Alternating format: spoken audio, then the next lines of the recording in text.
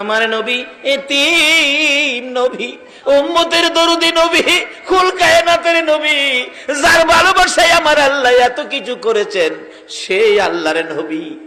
এর মুখের দিকে তাকাই, ওর মুখের দিকে তাকাই, তারা সবাই বাবার কোলে উঠে ময়দান চাললো। আমার বাবা কই, আমার বাবা কই। দৌড়াইয়া নবী মায়ের কাছে গেছে। মা, মা, চোখের পানি গুলো নবীজির ঝরতেছে, শিশু নবীর চোখের পানিতে জামা ভিজতেছে।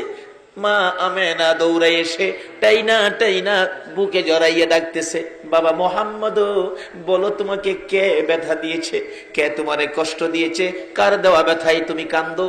ও বাবা মোহাম্মদ, তুমি চিন্তা করো না, এই বিচার আমি আমেনা করাবো। তোমার দাদা হলো খানায় কাবার মুতাওয়াল্লি, এই মক্কা নগরের সর্দার। তোমার দাদাকে দিয়ে ওই ছেলেটাকে ধরে এনে তোমার সামনে বিচার করাবো। তুমি কেঁদো না, তুমি কেঁদো না। মা ছোট সময় এমন সান্ত্বনা আমাদের কেউ দিছে কিনা? কে মারছে? এই মুখে মারছে, কান্দিস না, তোর বাপ বাইটাই হোক, দেহিস বিচার করাবো। আমার নবীর মায়া মেনা বলেন, বাবা মোহাম্মদ, তুমি কেঁদো না, তোমার দাদা বাড়িতে আসলে কে তোমারে কান্দাইছে, আমি বিচার করাবো। এমনি সময় আমার নবী মায়ের গলায় ধরে চোখের পানি ছেড়ে ছেড়ে কান্দে। মা, মা গো, এই জগতের কেউ আমারে কান্দায় নাই, কেন তুমি কান্দতেছো মা গো?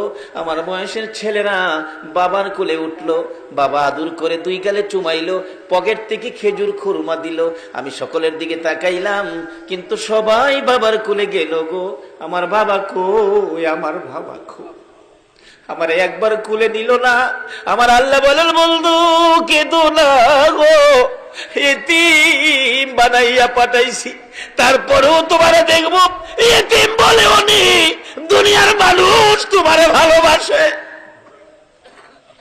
এতিম করে পাঠাইলাম, তারপরেও এতিম বলে যদি তোমাকে দুনিয়ার কেউ ভালোবাসে গো, আমি আল্লাহ কথা দিলাম, এই ভালোবাসার বিনিময় আমি আল্লাহ তাদের জীবনের গুনাহগুলো মাফ করে দিব। এই দেশ ছাড়তে হবে বাবারা ভাইয়েরা। আসুন, কিছুদিনের জন্য দুনিয়ায় আছি, কবে জানি কার মৌতের চিঠি আসে। এখন তো হঠাৎ আসে, হঠাৎ একটা শব্দ এখন সারা দেশে আছে, সেই শব্দটা জানি হঠাৎ মরলে কি কয়, কি কয়, কি কয়? স্ট্রোক করছে, স্ট্রোক। মুরব্বী বাবার আছেন, আপনাদের আমলে স্ট্রোক ছিল? এখন স্ট্রোকের কারণ কি? বাটফারি বেশি, সিটারি বেশি। এই বাটফারি আর সিটারিয়ে বাতাস দূষিত হয়ে গেছে। এই জমিন আপনাদের আমাদের ভার বহন করতে পারছে না, বিদায় এখন চট করে স্ট্রোকে ধরে। বাতাস নষ্ট, দূষিত হয়ে গেছে, জমিন আমাদের এই পাপ বহন করতে পারছে না, বিদায় স্ট্রোক। দেখবেন বেশিরভাগ স্ট্রোক আমরা দেশে বেশি। উন্নতশীল দেশগুলোতে যায় দেখেন, তাদের মধ্যে স্ট্রোক নাই, খুব কম। তার কারণ কি? তারা বিজাতি, তাদের কোনো ধর্ম নাই, কিন্তু তাদের একটা ধর্ম যেটা মুসলমানদের ছিল। তাদের জীবনে কেউ মিথ্যা কথা। ইংরেজ দেশে যায় দেখেন, তারা মিথ্যা কি জিনিস তারা জানে না, মিথ্যা বলতে পারে না। রাস্তায় কোটি টাকা পড়ে থাকলেও কেউ টাকার মধ্যে হাত দেয় না। আর আমরা দেশে 10টা টাকা পড়ে থাকলে রাস্তায় 10 টাকা ফালাইয়া একটু পরে আয়া ভাইবেন, কার টাকা ধরলেন, কার টাকা নিলেন? রাসূল হাদিস শরীফে বলেছে, এক নলা খাবার যদি কারো পেটে হারামের থাকে 40 দিন পর্যন্ত একটা সেজদাও কবুল হবে না।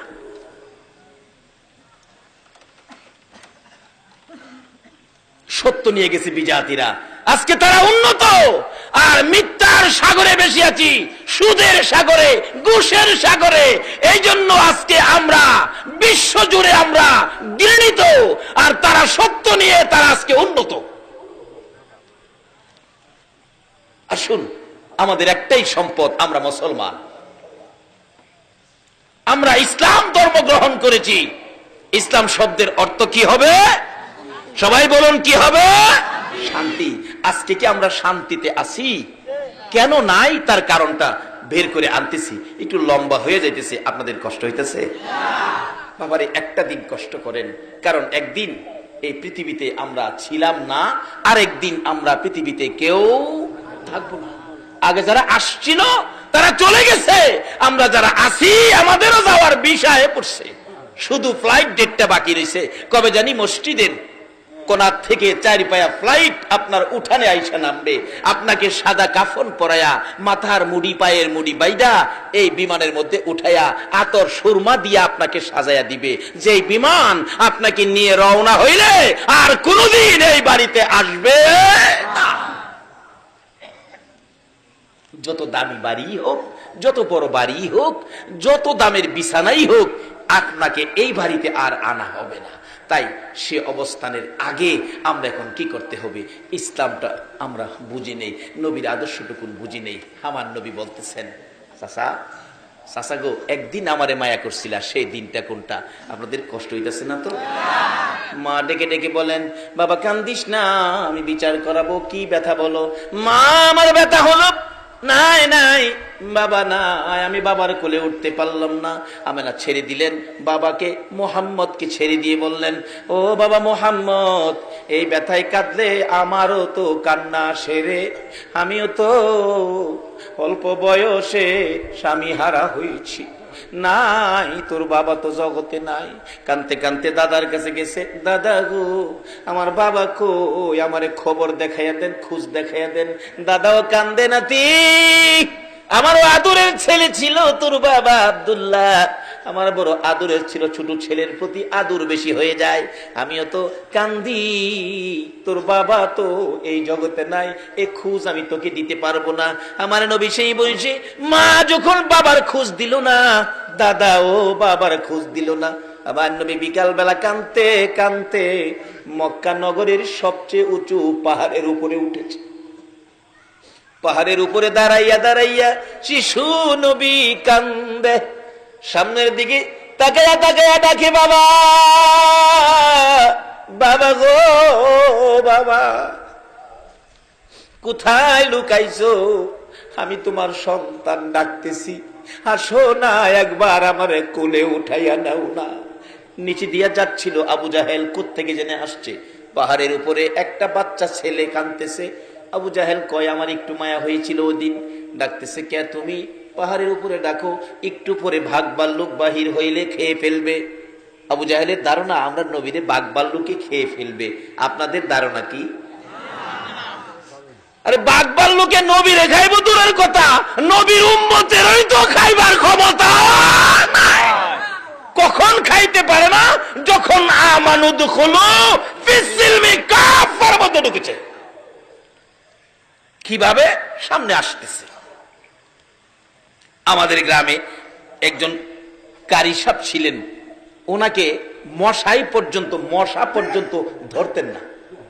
উনি বলতেন, বাবারে যত মশাই হোক আমারে মশার ভিতরে শোয়াইয়া দে, মশা আমাকে ধরবে না।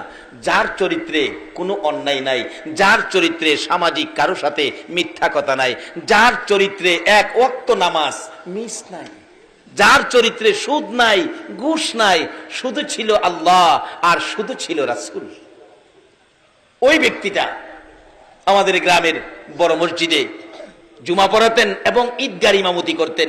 যে ইমামতি উনার অনুপস্থিতি, উনার মৃত্যুর পরে সেই দায়িত্ব আল্লাহ আমাকে দিয়েছেন। তারপর থেকে আমি ইমামতি করি আমার গ্রামের ঈদগার মাঠে। উনি মৃত্যুবরণ করলেন, মৃত্যুর আগে কোনো দিন ওনাকে একটা মশা পর্যন্ত কামড় দেয় না। এটা আমাদের দেশের ঘটনা। আর যারা আল্লাহকে রাজি করে আল্লাহর ওলি হয়েছে, নবীর ভালোবাসা দিয়ে সাহাবীরা সমাজে নেমেছে, জঙ্গলার ভাগ ভাল্লুক পর্যন্ত এই নবীর উম্মতের গায়ে হাত দিতে সাহস পায় না। আজকে এই শান্তির অবস্থান ছেড়ে দিয়ে সাধারণ জিনিসের জন্য আমরা অশান্তির আগুনে ঝাঁপ দিতেছি।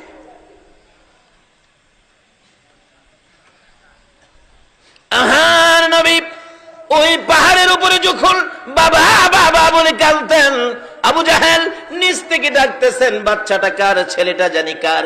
মা বাবা খবর রাখে না, বাচ্চাটা পাহাড়ের উপর, বাঘ ভাল্লুক বেরিয়ে যাবে সন্ধ্যার সময়, বাচ্চাটাকে খেয়ে ফেলবে। বাচ্চা মানুষ দেখে তাকে উদ্ধার করার জন্য আবু জাহেল নিচে, পাহাড়ের নিচে ঘোড়াটা রেখে উপরে যায়া উঠলেন। ডাকতেছে, কে তুমি? কাছে গিয়ে দেখে আমার আপনারা নবী, শিশু নবী চোখের পানি ছেড়ে ছেড়ে কাঁদতেছে। বাবা মুহাম্মদ, এখানে দাঁড়ায় কান্দো, তুমি কি জানো না এই পাহাড়ের মধ্যে বাঘ ভাল্লুক আছে, তোমাকে খেয়ে ফেলবে? আবু জাহেলের ধারণা আমার নবীরে বাঘ ভাল্লুকে খাইবো। আপনারা কি কন? আমার নবী কান্দে, চাচা আমি বাঘ ভাল্লুকের ভয় পাই না গো, আমি কান্দি, আমার বাবা কই, আমার বাবা কই, আমি একটাবার বাবা কইয়া ডাকতে পারলাম না। আবু জাহেল বলেন, ও বাবা, তোমার বাবা তো দুনিয়ায় নাই, মৃত্যুবরণ করেছে, আসো তাড়াতাড়ি তোমাকে বাড়িতে নিয়ে যাই। আবু জাহেল নবীজিকে উপর থেকে নামাইয়া ঘোড়ার পিছনে বসাইয়া ঘোড়াকে আঘাত করতেছে। ঘোড়ারে, তাড়াতাড়ি চল, বাতিজাকে বাগে খাবে, আমাকেও বাগে খাবে, চল তাড়াতাড়ি চল, চল চল। ঘোড়ারে আঘাত করে, ঘোড়া খালি চোখ লাল করে, উঠে না, মানে চামড়া ফাইটে গেছে আঘাতে, রক্ত ছিটা ছিটা বাহির হয়। ঘোড়া দুইটা সামনের পাও আকাশের দিকে বাড়ায়, চোখের পানি ছাড়ে, ডাকতে ছিল, প্রভু গো, আমি তো একটা ঘোড়া, আমি একটা পশু, আমি তো কথা বলতে পারি না আবু জাহেলের সাথে। প্রভু, আমার একটু জবান খুলে দাও তোমার বন্ধুর পরিচয়টুকু দেওয়ার জন্য। আমার আল্লাহ বলেন, ঘোড়া রে, যার উসিলায় কুল কায়নাত বানাইলাম, এই নবীর পক্ষে কথা বলতে চাইছস, যা, আমি আল্লাহ তোর জবান খুলে দিলাম। যেই নবীর পক্ষে গেলে ঘোড়ার জবান খুইলা দেয় গো, এই নবীর পক্ষে গেলে আমরা কি শান্তি পাইতে পারি না? ঘোড়া যদি জবান খুলতে পারে, জবান পাইতে পারে, আমরা কি শান্তি পাইতে পারি না? জবান তো খুলে গেল ঘোড়া। ঘোড়া মাথাটা পিছনের দিকে ঘুরাইয়া ডাকতেছে, রে আবু জাহেল। ওখান ঘোড়া মানুষের মতো কথা বলতেছে আবু জাহেলের দিকে তাকাইয়া, বলুন আবু জাহেলের মাথা ঠান্ডা না গরম? হায় হায়, কি কই রে? ও আবু জাহেল, আমারে কতগুলো আঘাত করলি, দেখ কত জায়গায় চামড়া ফাইটা রক্ত পড়তেছে। আবু জাহেল রে, তারপরও আমি উঠি না রে। ও আবু জাহেল শুনো, আরো যদি মারতে মন চায় মার, আমি মারি খাইয়া জীবন দিতে রাজি রে আবু জাহেল, কিন্তু পিছনে বসাইছস ইনি আখিরি নবী রে, ইনি কুল কায়নাতের নবী রে, রাহমাতাল লিল আলামিন নবীর পিছে বসাইয়া তুই সামনে বসে আমারে মারবি যাওয়ার জন্য। আমি ঘোড়া বলে দিলাম রে, আমার জীবন যাবে, আমি সামনে যাব না। যতক্ষণ পর্যন্ত শিশু নবীকে সামনের বাগে না বসাবি, তুই পিছনে না যাবি, আমি ঘোড়ার জীবন যাবে, আমি সামনে যাব না। আবু জাহেল কই, ভাতিজা দেরি করা যাবে না, ভাগের ভয়, তাড়াতাড়ি সামনে আসো। সামনে আসলে ঘোড়া এক দৌড়ে বাড়িতে পৌঁছাইয়া দিলেন।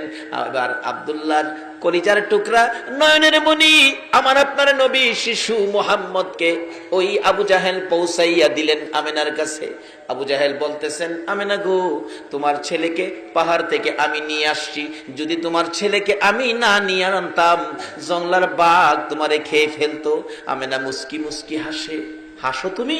ছেলেরে খেয়ে ফেলতো আর তুমি হাসো? আমেনা বলেন, ও আবু জাহেল, আমার এই ছেলেরে জংলার বাঘে খাবে না। বলো কি? তুমি কি আরো বড় কথা কও? রে আবু জাহেল, বড় কথা বলি কেমনে শুনো। এই সন্তান যেদিন আমি আমেনার পেটে ছিল রে, আমি বাড়ির সামনে দাঁড়িয়ে ছিলাম, একটা জংলার বাঘ দৌড়ে এসে আমার পায়ে সালাম করেছে, আমি আখিরি নবীর মা বলেছে রে। যেই নবীর মা হইলে জংলার বাঘে সালাম করে রে, এই নবীর গায়ে জংলার বাঘ হাত দেয় না। বহু আলোচনা এখানে ছিল, লম্বা হয়ে যাবে। রাখলাম এখানে। বলতেছিলাম আমার নবী ডাকে, চাচা গো আপনি তো জানেন আমি কি কষ্ট করেছি, নিজেই পাহাড় থেকে নামায় এনেছিলেন, আমি বাবার ব্যথায় কাঁদছিলাম, আর আজকে আমাকে শেষ করে দেওয়ার জন্য আপনি গর্ত করেছেন। চাচা এই কাজটা কি ভালো করেছেন? বাবা ভালো করি নাই, আমাকে উঠাও। চাচা উঠাবো, কালিমাটা পড়লে তোমাকে উঠাবো। না চাচা আমি উইটা পড়বো। আমার নবী নিচের দিকে হাত দিলেন, চাচা কালিমা উইঠা পড়বে। আসলে কি সেই পড়বে? নিচের দিকে চাচা পড়ে আছে গর্তের ভিতরে, আর নবী উঠানোর জন্য নিচের দিকে হাত দিলেন আর ডাকতেছেন, চাচা উপরের দিকে হাত বাড়ান। আমার আল্লাহ বলেন, জিবরাইল রে আমার বন্ধু যেখানে হাজির হয়েছে আর বাকি টাকি থাকবে না। হাতের সাথে হাত মিলে গেছে, আল্লাহু আকবার বলুন। হাতের সাথে হাত মিলে গেছে, টান দিয়ে উপরে উঠাইছে। চাচা কালিমাটা পড়েন। হ্যাঁ বালু যারে জামাত থেকে বালু যারে কই বাতিজা এত বড় জাদুগির তুমি, আমি আগে জানি না।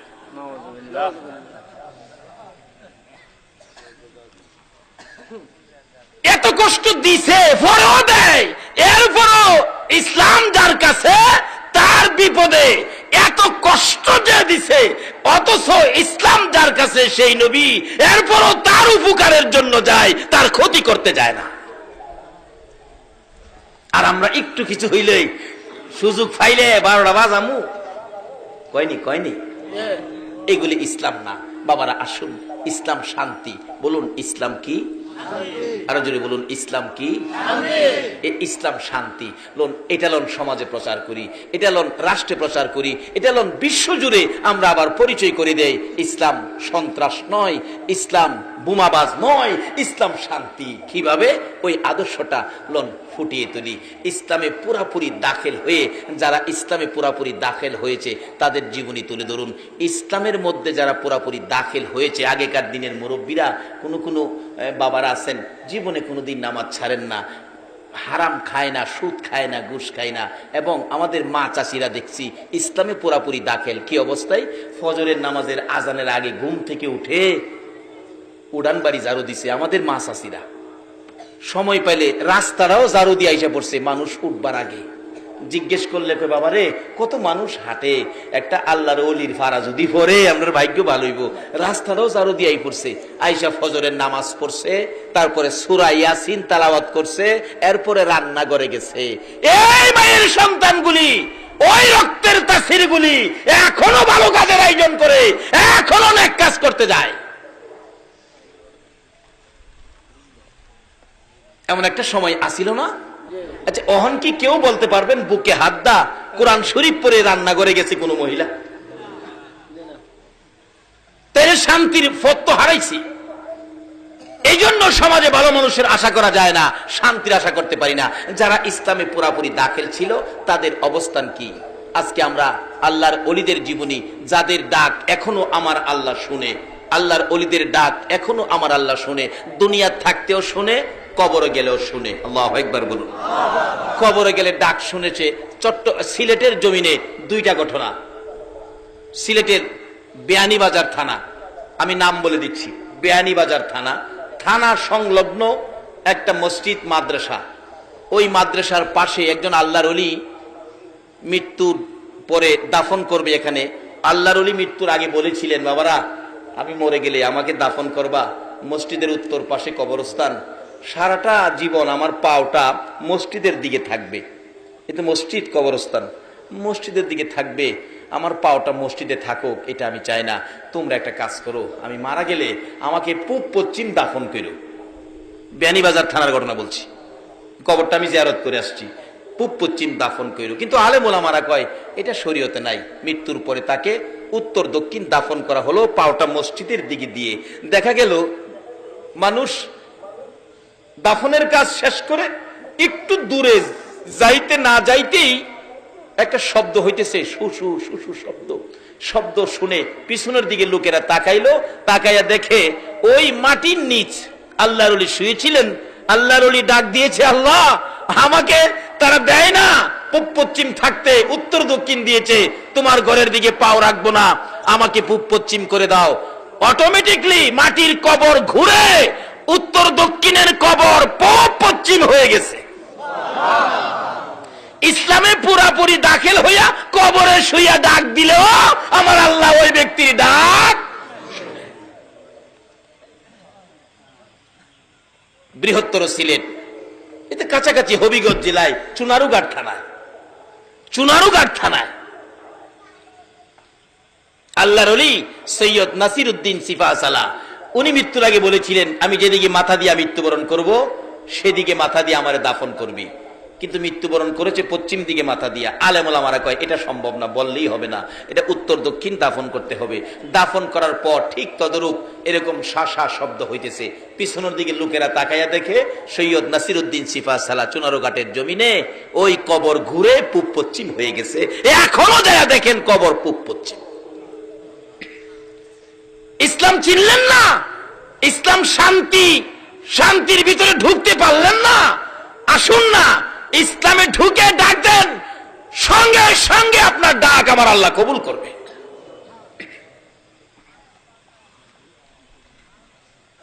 এটা বাংলাদেশের ঘটনা বললাম। আসুন ভারতে যাই। ভারতের উত্তরপ্রদেশ নিজের চোখে দেখে আসছি, কারো কাছে শুইনা না। ভারতের উত্তরপ্রদেশ, জায়গাটার নাম শফিপুর। এক আল্লাহর ওলি বলেছিলেন, আমাকে মৃত্যুর পরে মাটির নিচে দাফন করিস না, মাটির উপরে রাখবি। হুজুর মাটির উপরে রাখলে কথা বাড়াইস না, আমি যা কই তা শুনিস। মৃত্যুর পরে লাশটা কাফন পরাইয়া জানাজা শেষ করে মাথার মুড়ি পায়ের মুড়ি বান্ধা মাটির উপরে রেখে দিলেন। এটা আলগা কাঠের হালকা একটা বাক্স দিয়া গুইরা ফেরেছে, আলগি দিলেই লাশ। নিজের চোখে দেখে আসছি। খাদেমকে জিজ্ঞেস করলাম, খাদেম সাহেব এই লাশটা কতদিন যাবত মাটির উপরে? আমানত খুলু ফিসিলমি কাফার মধ্যে ঢুকুন, কতদিন যাবত মাটির উপরে? খাদেম বলেন, হুজুর 400 বছর হইছে লাশটা মাটির উপরে। এটা ভারতে। চলুন আমরা একটু ইরাকে যাই। যে ইরাকি গাউসে পাকের মতো অলি ঘুমিয়ে আছে, যে ইরাকের জমিনে ইমাম হুসাইন মাতাবিহীন, এই হুসাইনের ভড়ি কারবালার জমিনে শুই আছে, আর পাশে শুই আছে 6 মাসের শিশু আলী আসগর। এই ইসলামকে দুনিয়াতে রাখতে যায় 6 মাসের শিশু আলী আসগর পর্যন্ত কলিজা ছেদ্র করে কারবালার জমিনে ঘুমিয়েছে। ইরাকের জমিনে যান, এক আল্লাহর ওলি আরেক অলির কবরের পাশে তা হাইজারে দিছে। পাশে দাঁড়ায় দেখতেছে এখানে আল্লাহর ওলি শুইছে। ডাকতেছে, আল্লাহ তোমার নবী কইছে ওলিরা বলে মরে না, ইন্না আউলিয়া আল্লাহ লা ইয়ামুত, ওলিরা কখনো মরে না। যদি জীবিত থাকে আমি একটু দেখতাম, প্রমাণ করতাম জীবিত আছে কিনা। কবরের পাশে দাঁড়ায়, ইরাকের ঘটনা। ডাকতেছে, এই কবরে যদি আল্লাহর ওলি থাকেন তাহলে একটু পরিচয় দেন, আপনি যে মরেন নাই জীবিত। ইরাকের ঘটনা, একটু পরিচয় দেন। একটা পাও কবরের ভিতর থেকে বাইর করে দিছে, পাও মাটির উপরে বাইর করে দিছে। ওই জীবিত ওলি কয়, আল্লাহ এটা একটা কাজ করলো, একটা হাত বাইর করে আমার দেখাইতো, পাওটা বাইর করলো। আল্লাহ এটা কষ্টের কথা তো, পাওটা বাইর করে দেখাইলো, এটা কাজটা হইল। আল্লাহ আমি যদি তোমার ওলি হয়ে তাহি, তোমার যদি আমি খুশি করে তাহি, তোমার নবীর যদি আমি ভালোবাসে তাহি, হ্যাঁ ফাওড়া যে বাইর করছে ভিতরে যেমন নানি তারে অহনো যায় দেখবেন ফাও বাইরে।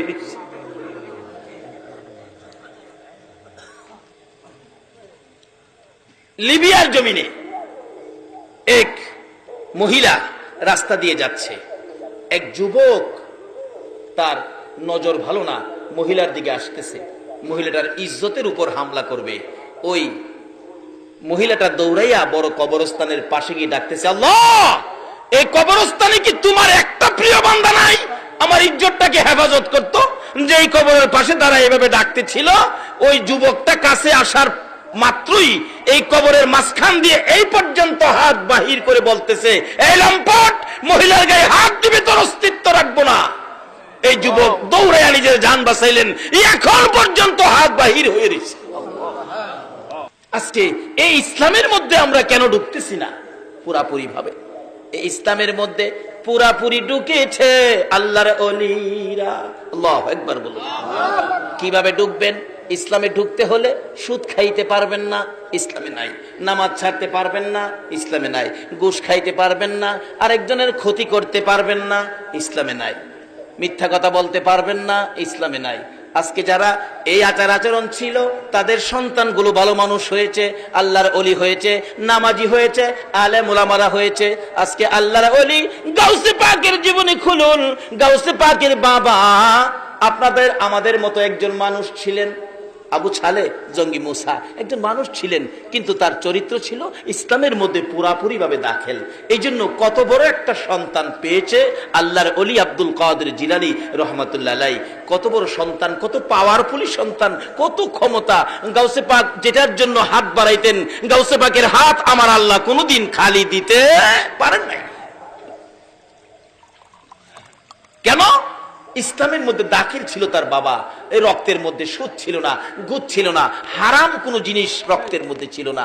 তার বাবার জীবনী খুলুন, অল্প যুবক বয়স, বিয়ে শাদী করে নাই, নামাজ ছাড়ে নাই এক ওয়াক্ত। গাউসে পাকের বাবা আবু সালে নামাজ ছাড়ে নাই। আপনাদের মতো যুবক নামাজ পড়তে যাবে, উজু করবেন জিলান নদীতে, দেখে পানি দিয়া একটা ফল বাইশা যাইতেছে গা। ফল দেখে কয় পেটে খিদা আছে, ফলটা তো নষ্ট হয়ে যাইব, নষ্ট হইলে কি লাভ হইব, আমি খাইয়ে লাই পেটে খিদা। ফলটা খাইছে, খায়া উজু করতে গেছে, বিবেক বাধা দিচ্ছে, কার ফল খায়া উজু করতেছস? আরেকজনের ফল খায়া উজু করলে কি লাভ হইব? এই চরিত্র আমরা আছে না? দেখবেন হুলাফান বন্ধ গেছে, বন্ধের থেকে আরেক বেটার ক্ষেতের কাঁচামরিচ লইছে, কাঁচামরিচ লিয়ে আইন না গড়ে ঢুকতেছে। মা কই কি আনছোস? কাঁচামরিচ। মা কই ভালো হয়েছে বাজান, শাক রান্তাম বই দিছি। মার উচিত ছিল দুইটা থাপ্পড় দেওয়া।